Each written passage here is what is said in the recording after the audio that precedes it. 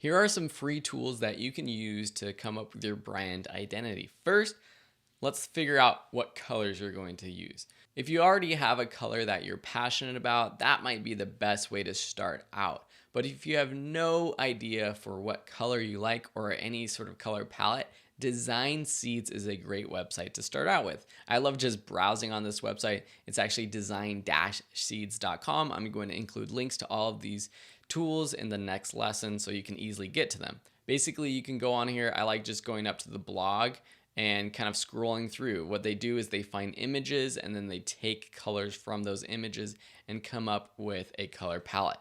Now, you might not know exactly how to use these color palettes in programs like Adobe Photoshop, but these hex codes, these color codes down here underneath the colors, are very important because you'll be using them like in the programs Photoshop, but also when you're building your website, you're going to find lots of times where you have to actually plug in this code. So you'll want to save that code when you have a color that you want.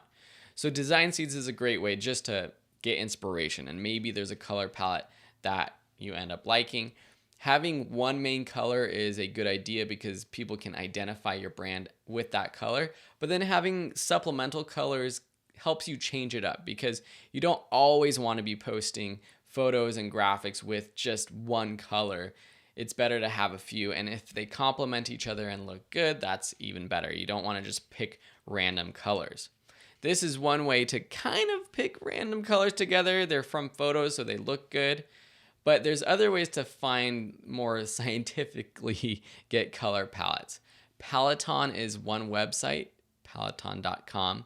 And when you log on or just open the website, this is what you'll see.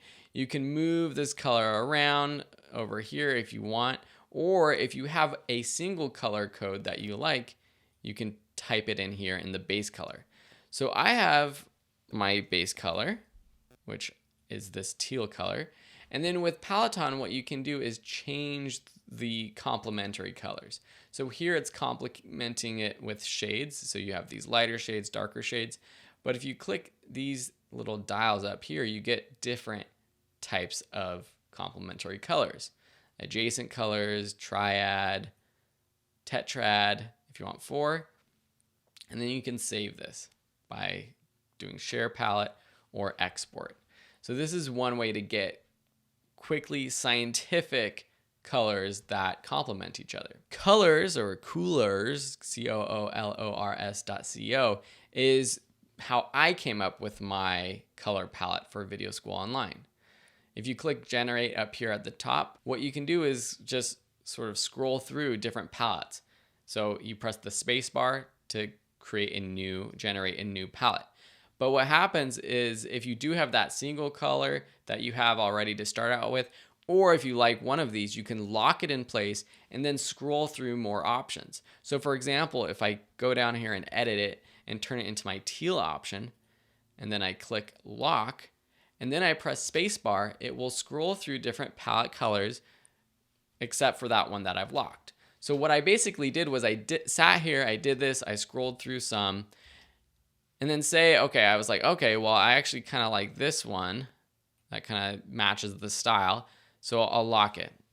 And then I would go through again, pressing spacebar, looking for maybe something that's a little bit more orange or something.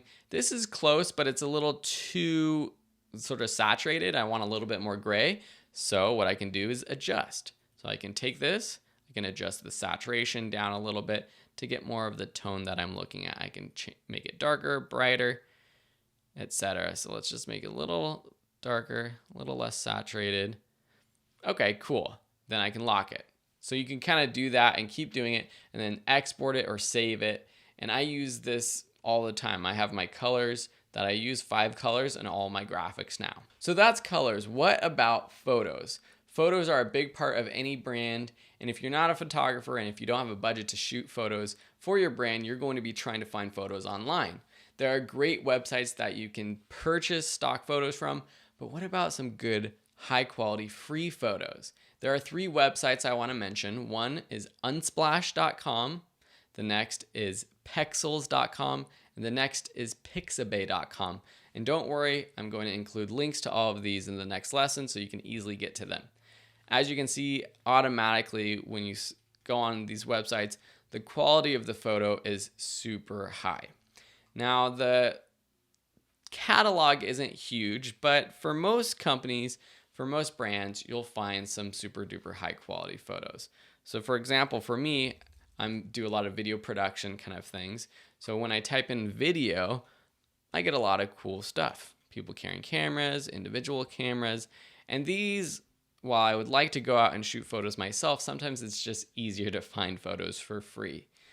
Sometimes the photos are the same on each of these sites. Sometimes I'll see the photos that are on these sites on multiple websites because a lot of people end up using these websites. So be aware of that. Try to use photos that aren't too cliche. There's some when you see them, you're like, okay, that's been used a million times probably already.